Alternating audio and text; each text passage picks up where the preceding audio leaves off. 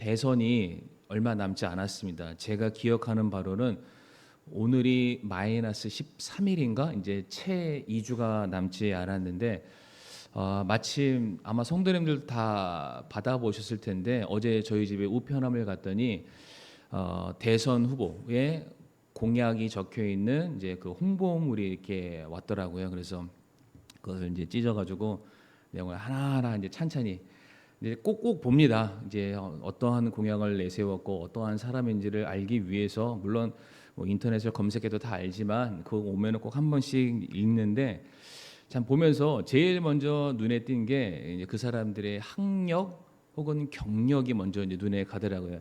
물론 재산 이력도 궁금하기는 합니다. 근데 그 사람들의 학력과 경력을 보니까 정말로 대단하더라고요. 소위 말해서 스펙이 짱짱합니다. 그러니까 그 스펙만 놓고 보더라도 야 누가 대통령이 되더라도 잘 해내겠다라는 그런 마음이 드는데 그럼에도 불구하고 우리는 그 사람의 학력 때문에 그 사람을 우리의 대통령으로 뽑지 않습니다. 그 사람이 어떤 업적을 이루었다라는 그 경력 자체 때문에 우리가 그 사람을 대통령으로 뽑지 않습니다. 이미 그러한 어떤 능력치들에 대해서는 대통령이 되려면 그 정도는 전제해 놓고 그 다음에 우리가 중요하게 생각하는 게 있는데 그가 정말로 대통령으로서 자질이 있는가 그리고 그가 그럴 만한 인성이 있는가 정말로 우리가 이제 지도자로 뽑아놓고 따라야 되는데 우리의 지도자로서 손색이 없는 그러한 성품을 가진 사람인가를 한 번 더 따져보게 되고 그리고 난 다음에 우리가 투표를 하게 되겠죠. 이처럼 한 나라를 대표하는 사람도 그가 가진 능력만 우리가 중요시 여기는 게 아니라 그 사람의 인성과 성품과 자질을 우리가 놓고 따져보는 것처럼 하나님의 나라를 대표하는 사람들 역시 그가 가지고 있는 능력이나 재능을 뛰어넘어서 그 사람의 인성과 성품과 자질 이거를 성경적인 단어로 바꿔서 설명하면 그가 정말로 믿음의 사람인지 세상과 구별되었는지 거룩한 하나님의 백성으로서 충분히 겸비된 사람인지를 우리는 반드시 중요하게 여길 수밖에 없습니다. 오늘 본문 레위기 8장 말씀 보게 되면은 전체의 내용이 이제 제사장 위임식에 관련된 내용이 기록이 되고 있고요. 9장을 넘어가게 되면은 위임식을 마친 제사장 아론과 그의 아들들이 본격적인 제사를 드리는 장면이 나오는데 오늘은 이제 8장 위임식에 대한 내용입니다. 저와 성도님들이 이제 지금까지 제사를 어떻게 드려야 되나, 그러니까 어떤 제물을 하나님께 드려야 되는지, 그리고 하나님께 드리는 제물의 상태는 어떠해야 되는지, 그리고 그 제물을 통해서 우리가 어떠한 방식으로 하나님께 드리는 것이 합당한 제사인지에 대해서 우리가 살펴봤고 그것이 참 중요하다라는 것을 말씀을 드렸는데 제사의 방식과 제물만 중요한 것이 아니라 오늘 말씀을 통해서 우리가 발견할 수 있는 것은 그 제사를 드리는 제사장의 태도와 자세와 중심도 그에 못지않게 중요하다라는 것을 우리가 말씀을 통해서 확인해 볼 수 있는데 오늘 저와 성도님들이 읽은 본문 말씀이 레위기 8장 6절에서 9절까지 불과 4절밖에 되지 않지만 그 4절 안에 제사장으로서 즉위를 하는데 임명식을 하는 데 있어서 3가지 행동 양식이 나타나는 것을 우리가 확인할 수가 있습니다. 첫 번째로 뭐냐면은 이제 순서를 말씀드리는 것이 첫 번째가 몸을 씻는 정결례가 나오고요. 두 번째는 예복을 입는 그 예복례, 그러니까 의복례가 나오게 되고요. 마지막 세 번째가 머리에 관을 쓰는 의식을 하게 됩니다. 그러니까 제사장으로서 그 임무를 감당하기에 위임식을 하게 되는데 그 위임식을 하기 위해서 3가지 몸을 씻고 옷을 입고 머리에 관을 쓰는 제가 이 과정 하나하나를 우리 성도님들에게 말씀을 좀 드리도록 할 텐데 첫 번째 6절 말씀을 한번 띄워주시고요. 6절 말씀 보게 되면 모세가 아론과 그의 아들들을 데려다가 물로 씻기고라고 말을 하고 있습니다. 아론과 그의 아들들이 제사장의 직무를 시작함에 있어서 가장 먼저 하는 것이 바로 씻는 것이다라고 말하고 있습니다. 그런데 여기서 씻는 것은 단순한 위생을 목적으로 두는 씻는 행위가 아닙니다. 제사장은 이스라엘 백성들을 대신해서 하나님 앞에 나아가는 사람입니다. 그렇기 때문에 누구보다 먼저 자기 자신을 정결하게 구별해야만 하는 그런 사람인데, 여기서 말하는 정결은 다시 말씀드리지만 위생적인 정결을 말하는 것이 아니라 죄로부터의 정결을 의미합니다. 시편 24편 3절에서 4절 말씀을 한번 읽어보겠습니다. 누가 주의 산에 오르리요, 누가 그분의 거룩한 곳에 서리요. 깨끗한 손과 순수한 마음을 가진 자, 곧 헛된 것을 향해 자기 혼을 들지 아니하고 속임수로 맹세하지 아니한 자로다라고 말하고 있습니다. 하나님 앞에 서는 사람의 특징에 대해서 말하고 있는데, 그 사람이 깨끗해야 된다라고 말을 합니다. 근데 여기서 깨끗함은 위생적인 깨끗함을 말하는 것이 아니라 그의 삶의 정결함을 말합니다. 그가 죄로부터 구별되어 있는지에 대해서 강조를 하고 있는 것이죠. 그러므로 물로 씻는 의식은 죄와 이 세속적인 더러움으로부터 그가 구별된 사람인가 그렇지 아니한가, 이것에 대해서 우리에게 강조하고 있는 부분인데, 저희가 지금 레위기 8장 말씀을 보고 있는데, 레위기 8장 말씀 전체적으로 이 거룩과 구별에 대해서 정말로 수십 차례 강조를 하고 있습니다. 우리가 따로 찾아보지는 않지만 이 8장 안에서만 거룩이라는 단어가 성도들이 아마 눈에 보이실 텐데 무려 12번이나 등장하고 있고, 거룩과 유사한 의미를 가지고 있는 구별이라는 단어가 무려 7번이나 등장을 하고 있습니다. 그러니까 이것이 무엇을 말해주냐면은, 제사를 드리는 제사장의 경우에는 하나님의 거룩하심 앞에 서는 사람을 말합니다. 하나님의 거룩하심 앞에 서는 사람은 누구보다 거룩해야 되고요, 누구보다 구별되어야 함을 말하고 있는 동시에, 또한 그 제사장은 흠이 없는 제물을 담당하는 사람이기도 합니다. 흠이 없는 제물을 담당하는 사람이 그의 삶 자체에 흠이 있으면 안 되겠죠. 그러니까 그의 삶이 거룩해야 되고 구별되어야 된다. 그것을 나타내 보이기 위해서 그가 제사장의 임무를 감당하기 이전에 첫 번째로 행하는 것이 그의 몸을 씻는 것입니다. 성경을 보게 되면은 제사를 드릴 때 제물도 중요하지만 그 제물을 드리는 사람이 중요하다, 그 사람의 중심이 중요하다라는 것을 여러 사건을 통해서 우리에게 말씀하고 계시는데, 대표적인 한 사건, 제물도 중요하지만 사람도 중요하다, 이것을 강조한 한 가지 사건이 바로 가인과 아벨의 사건이 되겠습니다. 창세기 4장 4절에서 5절 말씀을 한번 보시게 되면, 아벨도 자기 양떼의 첫 새끼들과 그것들의 기름 중에서 가져왔는데 주께서 아벨과 그의 헌물에는 관심을 가지셨으나 가인과 그의 헌물에는 관심을 갖지 아니하셨으므로 가인이 몹시 분을 내고 그의 얼굴빛이 변하니라 라고 되어 있습니다. 이 4절 말씀 보게 되면 하나님께서 무엇과 무엇을 받으셨다라고 말씀하셨냐면 아벨과 그의 헌물을 받으셨다라고 말씀하십니다. 아벨의 헌물만 받았다라고 말씀하지 않고요, 아벨과 그의 헌물을 받으셨다. 근데 5절 말씀은 어떻게 되어 있나요? 가인과 그의 헌물에는, 정확하게 가인과 헌물을 나누어서 말씀하고 계시고요, 거기에는 관심을 두지 않으셨다라고 말씀하시죠. 그러니까 가인이 제물을 가져온 것은 사실입니다만 그가 그 제물을 하나님께 바쳤을 때에 하나님이 받지 않으셨고 가인이 몹시 분을 내어서 얼굴빛이 변했다라고 말하는데, 왜 하나님께서 가인의 제사를 받지 않으셨는가? 이것을 요한일서 3장 12절 말씀이 증거하고 있습니다. 요한일서 3장 12절 말씀 우리 성도님들 같이 한번 읽어보시도록 하겠습니다. 시작. 가인과 같이 되지 말라. 그는 저 사악한 자에게 속하여 자기 형제를 죽였는데 그가 무슨 이유로 그를 죽였느냐? 자기 행위는 악하되 자기 형제의 행위는 의로웠기 때문이라. 아멘. 여기에서 행위라는 단어가 단순히 어떤 일을 하는 직접적인 모습만을 말하는 것이 아니라 그의 삶을 말하고 그 사람의 중심을 말합니다.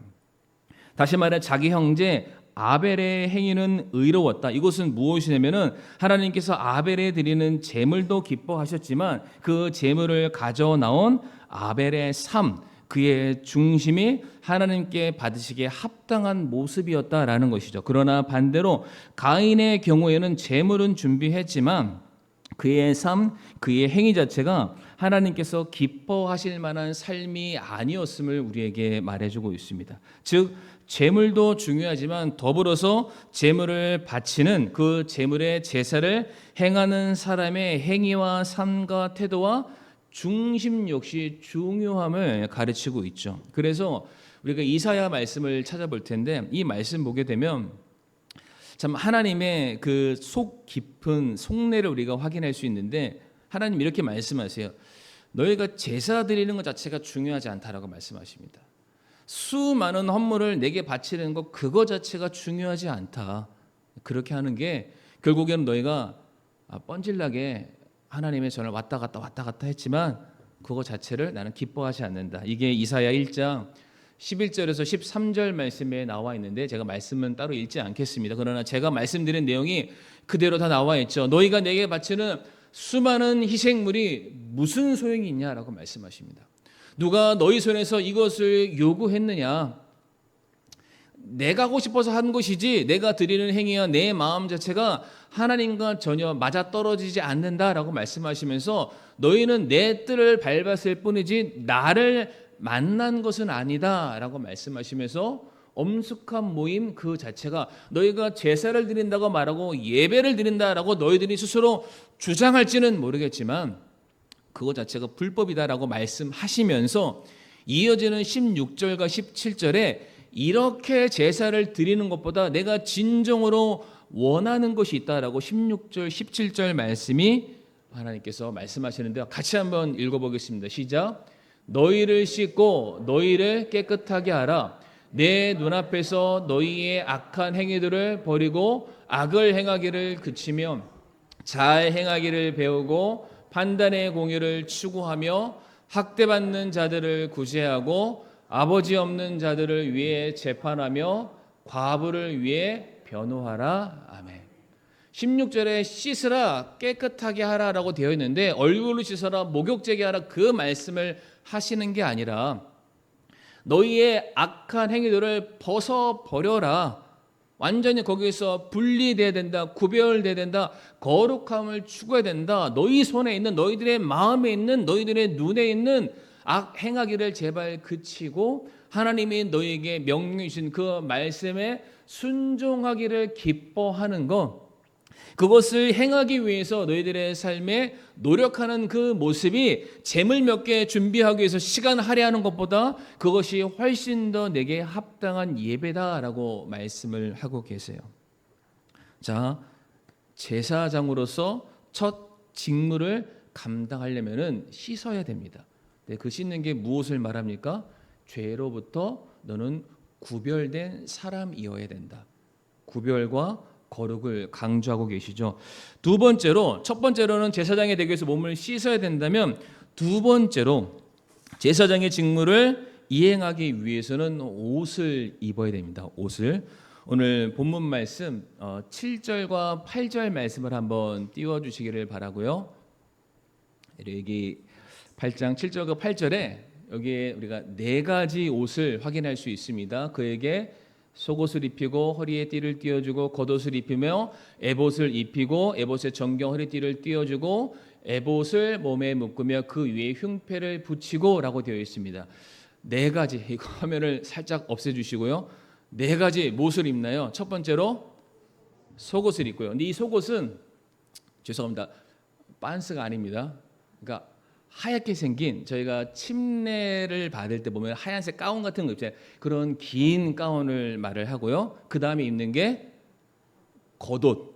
근데 겉옷은 지금 우리 이명희 자매님 입고 계신 저 파란색.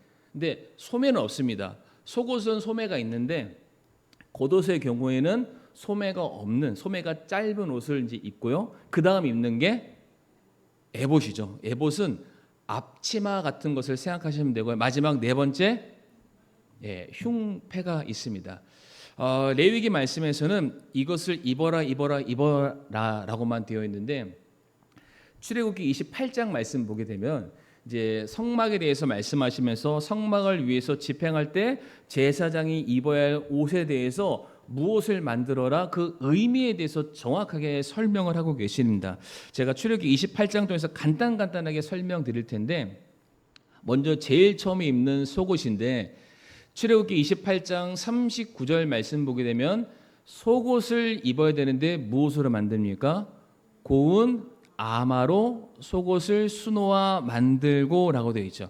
아마는 세마포고 흰 옷을 상징하게 됩니다. 자, 그런데 이어지는 42절과 43절의 말씀을 보게 되면 속옷을 입는 이유를 뭐라고 말씀하시냐면 너희의 벌거벗음을 덮게 하기 위해서 속옷을 입는다라고 말씀하고 계시고요. 43절 말씀 보게 되면은 우리의 불법을 담당한 채 죽지 않기 위해서 우리의 불법이 드러나지 않기 위해서 우리가 입는 옷이 속옷이다라고 말씀하세요. 그러니까 제사장이 속옷을 입습니다. 그런데 속옷을 입는 이유가 그 사람의 수치와 불법을 가리기 위해서다라고 말씀하세요. 마치 아담과 하와가 에덴 동산에서 범죄하게 되었을 때 그들이 범죄하자마자 제일 첫 번째 깨달았던 것이 그들이 벗었다라는 수치를 깨닫게 되죠. 그때 하나님께서 짐승을 잡아서 그에게 가죽옷을 입혀주셨던 것처럼 속옷의 역할은 그 사람이 가지고 있는 수치, 다시 말해서 죄로부터에 대한 구별, 죄에 대한 경각심, 정결한 삶에 대해서 그것이 중요함을 강조하기 위해서 그의 속옷을 입게 됩니다. 그 다음 입게 되는 옷이 속옷 다음에 겉옷이죠. 출애굽기 28장 31절과 33절, 35절 말씀 보게 되면 이렇게 나와 있습니다. 너는 에봇에 받쳐 입을 겉옷을 뭐로 만들죠? 전부 청색으로 만들며라고 되어 있는데 이 청색이 상징하는 게 정확하게 출애굽기 24장 10절에 나와 있는데 거기서 이스라엘 백성들이 하늘을 바라봅니다. 하늘을 바라봤더니 그들이 하나님이 계심을 확인하게 되는데 하나님의 발밑을 뭐라고 설명하냐면은 에메랄드빛 청색이라고 말합니다. 그러니까 하나님이 계시는 하늘을 상징하는 게 청색인데 자, 이와 같은 겉옷을 만들어서 제사장이 입습니다. 그런데 이 말씀을 잘 보면은 그 겉옷에 한 가지 특징이 있는데 무엇이냐면은 33절에 그 옷, 겉옷을 말합니다. 겉옷의 단 밑에 무엇을 달죠? 금방울을 달되라고 되어 있습니다.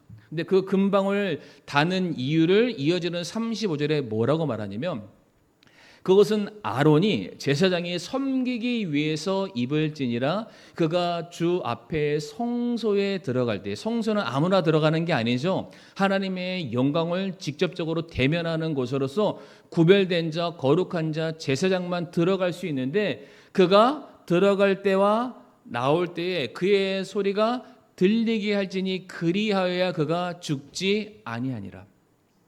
제사장이라도 그가 죄를 지은 상태로 하나님의 영광을 만나게 되면 죽을 수밖에 없는 거예요. 그러나 그가 온전하게 거룩히 구별된 상태에서 성소에 들어가서 합당한 제사를 드리고 있는 것이 맞다면 그 안에서 움직이게 될 것이고 움직이면은 자연스럽게 그 겉옷에 달려있는 방울 소리가 나게 될 것이다. 그의 살아있음과 죽음에 대해서 확인하기 위해서 입는 옷이 겉옷이다라고 말씀을 하고 계세요. 그러니까 이 겉옷을 입을 때 제사장이 무슨 생각을 할까요? 야, 내가 이제 하나님을 곧 만나러 가는구나. 내가 하나님의 영광 앞에 이게 함부로 죄인이 설 수 없는데 내가 철저하게 내 죄에 대한 문제만큼은 물론 내 힘으로 해결할 수 있는 것은 아니지만은 하나님 앞에 모든 것을 다 자백하고 토라고 용서함 받아서 깨끗함을 입은 상태로 내가 하나님께 가야 되겠다. 바로 그것이 겉옷이 상징하는 것이고요. 바로 이제 세 번째 말씀드리겠습니다. 에봇입니다. 원래는 이 각각 하나하나가 굉장히 큰 의미를 담고 있기 때문에 하나하나 설명드려야 되지만 그냥 간단하게 말씀을 드리겠습니다. 에봇의 경우에는 출애굽기 28장 6절 말씀에 그들이 정교한 솜씨로 금실과 청색과 자주색과 주홍색 실과 가늘게 꼰 아마실로 에봇을 만들되 앞치마같이 생긴 건데요. 그 두 보석을 에봇의 두 어깨에, 앞치마처럼 이렇게 되어 있는데 어깨에 뭐가 있냐면 마치 이 앞치마 앞뒤를 연결해주는 그런 고리 모양처럼 여기에 두 보석을 놔라라고 말씀하고 계시고요. 어깨 위에 붙여 이스라엘 자손들을 위한 기념 보석이 되게 하되 아론이 주 앞에서 자기의 두 어깨에 그들의 이름들을 메어 기념이 되게 할지니라. 그들의 이름은 이스라엘을 말을 하게 됩니다. 제사장이 에봇을 입고 하나님 앞에 설 때에는 무엇을 말하냐면 나라는 한 개인이 서 있는 것이 아니라 내가 백성 전체를 대표해서 하나님께 나아갑니다라는 그런 뜻이죠. 다시 말해 모든 백성들의 죄의 문제를 가지고 나아가는 자로서 그는 더더욱더 구별된 자가 되어야만 합니다. 왜?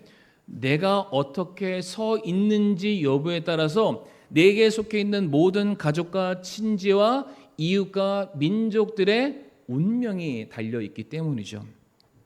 그 다음에 나오는 게 마지막 네 번째 흉패입니다. 흉패가 에봇과 비슷한 의미를 가지고 있는데 출애굽기 28장 29절 말씀 보게 되면 아론이 성소에 들어갈 때에 자기 가슴에 놓인 판결의 흉패에 이스라엘의 자손들의 이름들을 지니고 들어가 주 앞에서 항상 기념물로 삼을지니라라고 되어 있습니다. 우리 성도님 너무 잘 아시니까 이 흉패의 경우에는 조끼와 같습니다. 그런데 그 앞에 뭐가 있냐면 이스라엘 12지파를 상징하는 12개의 보석들이 이렇게 도열되어 있고요. 그 보석 위에는 각 지파의 이름이 기록이 되어 있습니다. 그러니까 그 흉패 자체는 이스라엘 12지파를 상징하고요. 그 흉패가 가슴에 있다라고 되어 있죠. 그 백성들을 품고 기도하는 중보자의 모습으로 하나님께 나아가게 되는데 이것을 단순히 흉패라고 부르지 않고 판결 흉패라고 성경은 말하고 있습니다. 다시 말해 백성을 대신해서 하나님 앞에 나아가 공정한 판단과 심판을 의뢰하는 중보자 제사장의 사명을 말해주고 있습니다. 그러니까 앞에서 말씀드렸던 속옷과 겉옷과 에봇과 흉패 모든 것들 대동소이하지만 모든 것들이 무엇을 말하냐면은 중보자 제사장이 하나님 앞에 나아가 죄의 문제, 민족적인 죄의 문제를 해결하기 위해서 이와 같은 자기의 신앙적인 정체성을 가지고 나아가는데 그 사람이 깨어있지 않으면 민족적인 문제가 해결되지 못할 수도 있다는 것이죠. 그렇기 때문에 제사장이 이 네 겹의 옷을 입으면서 이제 마음의 무장을 하는 겁니다. 일단 나의 모습부터 돌아보고 그리고 내가 하나님께 나아가는 자로서 내가 정말로 합당한 사람이 되어야 된다. 그리고 나는 내 이름으로 가는 것이 아니라 모든 민족, 내 모든 사랑하는 이웃과 친지들을 대신해서 하나님께 나아가 이들의 운명을, 이들의 생명을, 이들의 인생을 하나님께 의뢰하는 사람이다. 더더욱더 구별된 삶을 살아갈 수밖에 없다라는 것이죠. 근데 이것을 우리 오늘날 우리 성도님들에게 대입해 보면은 성경 말씀 보면은 저와 성도님들이 누구의 옷을 입었다라고 말합니까? 우리가 누구로 옷 입었다? 그리스도로 옷 입었다라고 말하죠. 그런데 히브리서 말씀 보면은 예수 그리스도는 대제사장으로 오신 분이라고 되어 있죠. 그러니까 우리가 예수님으로 옷 입었다라는 것은 대제사장 오신 예수님을 우리가 입은 거죠. 그러니까 예수님도 지금 무슨 옷을 입고 계세요? 속옷, 겉옷, 에봇, 흉패 모든 이 땅에 살고 있는 전 인구의 그 책임을 지시고 하나님 앞에 중보자 역할로 서고 계시고요. 우리 구원받은 성도들도 동일한 모습으로 각자의 자리에서 각자의 집에서 그리고 삶의 처소에서 우리가 다 영적인 제사장으로 서 있다라는 것이죠. 그러니까 우리가 어떻게 서 있는지에 따라서 저와 성도님들이 그 은혜가 흘러가게 하는 혈통과 어떤 통로가 될 수도 있고요. 우리로 말미암아 수많은 사람들이 악의 길로 빠질 수도 있다라는 것입니다. 자, 이제 세 번째 뭐만 남았냐면 씻었고요, 옷을 입었고 마지막으로 이제 관을 쓰는 게 남았는데 이거 같이 한번 읽어보겠습니다. 시작. 씌우고 또 그 관 위에 곧 그의 이마에 금패를 붙이니 곧 거룩한 관이라 주께서 모세에게 명령하신 것과 같았더라. 아멘. 여기서 관이 등장하는데 이 관은 하나님께 온전히 구별된 존재로서 이 사람이 제사장이란 특별한 신분을 가진 자임을 보여주는 그런 의미입니다. 대제사장의 경우에는 백성을 대표해서 하나님께 나아가는 자로서 자신을 정결하게 할 뿐만 아니라 백성 전체의 죄를 담당하는 중보자 역할을 수행하는 사람인데, 이 말씀 또한 출애굽기 28장 36절에서 38절에 나와 있습니다. 제가 따로 읽지는 않겠습니다만 성도님 시간 되시면은 출애굽기 28장 말씀을 전체적으로 다시 한번 읽어보시게 되면 제사장들이 이러한 옷들을 입는구나. 근데 그 옷이 단순한 의복이라는 개념으로 있는 것이 아니라 그 사람이 하나님께 택함 받아 부른 사람으로서 모든 사람을 대신할 중보자로서 어떠한 정체성을 가져야 되는지를 그 사람이 입는 의복, 그가 씻는 행위, 그가 머리에 쓰는 관, 이 모든 것들을 통해서 우리가 확인해 볼 수가 있습니다. 제가 앞에서 간단하게 설명드리긴 했지만은 제사장은 씻어야 됩니다. 제사장은 구별된 의복을 입어야 되고요. 그 머리에 모든 것을 대표하고 대변하는 관을 써야만 합니다. 그러니까 이 모든 것들이 비슷한 의미예요. 이 사람은 구별된 사람입니다. 이 사람은 거룩한 하나님의 사람입니다. 이 사람은 하나님께서 이 땅에 보내신 중보자 역할을 감당하는 사람입니다. 라는 의미를 가지고 있습니다. 그런데 이게 그가 씻거나 옷을 입거나 머리에 관을 쓰는 것만으로 표현되는 것이 아니라 제사장이라는 이름 안에도 그 뜻이 담겨져 있습니다. 하나 넘겨주시고요. 제사장이 히브리어로 코헨이라고 있습니다. 그런데 그것의 원래 원어가 카한인데 다 모르셔도 됩니다. 그 뜻이 다리를 놓다. 그러니까 제사장 어떠한 사람이냐면은 다리를 놓는 사람입니다. 그러니까 하나님과 일반 사람 사이에 끊어져 있는 관계를 맺어주기 위한 다리 역할을 하는 사람이 제사장이라는 것이죠. 그러니까 제사장은 어떠한 삶을 살아야 되냐면은 내가 누군가에게 하나님을 연결해 줘야 돼요. 그러려면은 먼저 내가 하나님과 연결이 되어 있어야만 합니다. 그러니까 내가 먼저 구별된 삶, 죄를 하나님께 죄 용서를 구하는 삶, 하나님 앞에 깨어있는 삶을 살려고 부단히 노력을 해야 함과 동시에 제사장은 또 다시 하나님을 찾는 모든 사람들에게 나를 통해서 하나님께 나아갈 수 있음에 대해서 계속해서 선포를 해야만 합니다. 만약에 제사장이 이와 같은 자신의 책임과 의무에 성실히 그가 이행하지 못하게 된다면 다리를 놔야 되는데 부실한 다리를 놓게 된다. 성도님들 어떠한 결과가 있을까요? 이 사진이 생각나더라고요. 이 사진 딱 하고 기억나시죠? 이 다리가 제가 서울에 있었던 왕십리의 직통으로 가는 그 다리였습니다. 이것 때문에 저희 그 교회에서 직간접적으로 그런 간증을 했던 성도님들이 굉장히 많아서 굉장히 강렬하게 이 사건이 기억이 나는데, 성도님들 이제 우리가 앞으로 오늘 말고 이제 다다음 시간에 살펴볼 텐데 나답과 아비후를 아실 거예요. 제사장으로서 하나님께서 맡겨주신 그 사명을 온전히 그들이 이행해야 되는데 그들이 제사장으로서 합당치 못한 부를 가져가게 됩니다.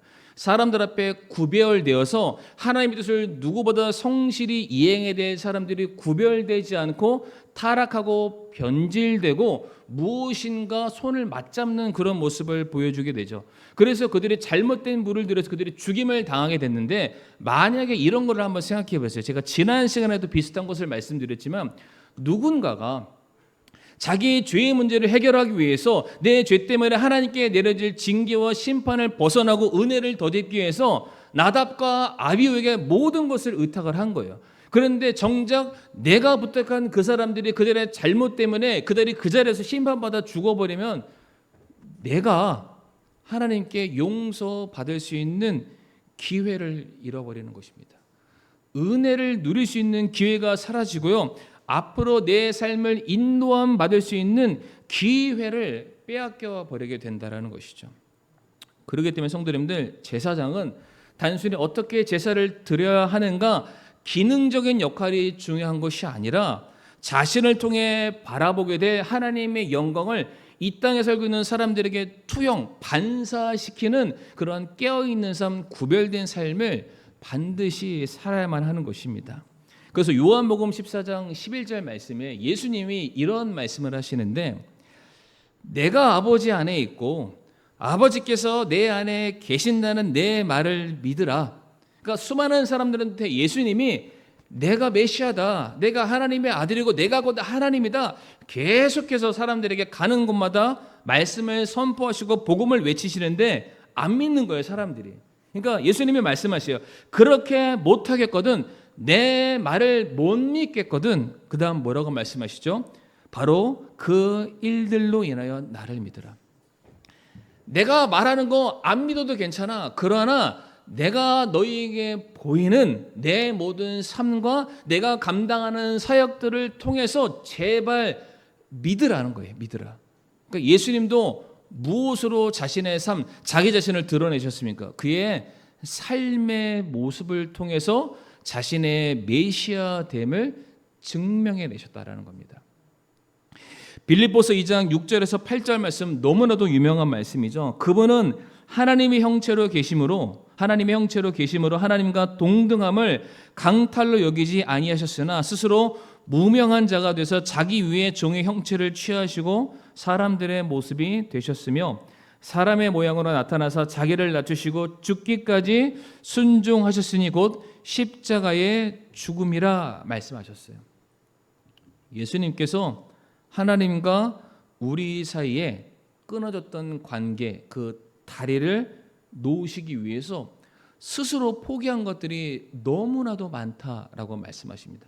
그러나 예수님께서 그렇게 우리에게 보여주신 그분의 희생과 그분의 거룩과 경건과 섬김과 사랑과 그 절제의 그런 모습 하나하나가 있었기에 우리가 예수님을 통해서 하나님께 나아갈 수 있는 길을 발견할 수 있게 된다는 것이죠.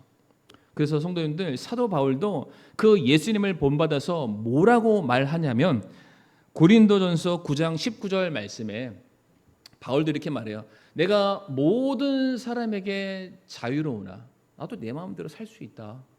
그러나 스스로 모든 사람에게 종이 된 것은 내가 그들을 얻기 위해서다.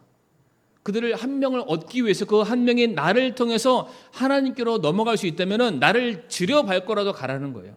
내가 그들에게 이 길을 제시하기 위해서 내 모든 자유와 내 모든 권한을 다 내려놓고 나는 이 땅에 천국으로 향하는 다리 놓는 자의 삶을 나는 살기를 원한다.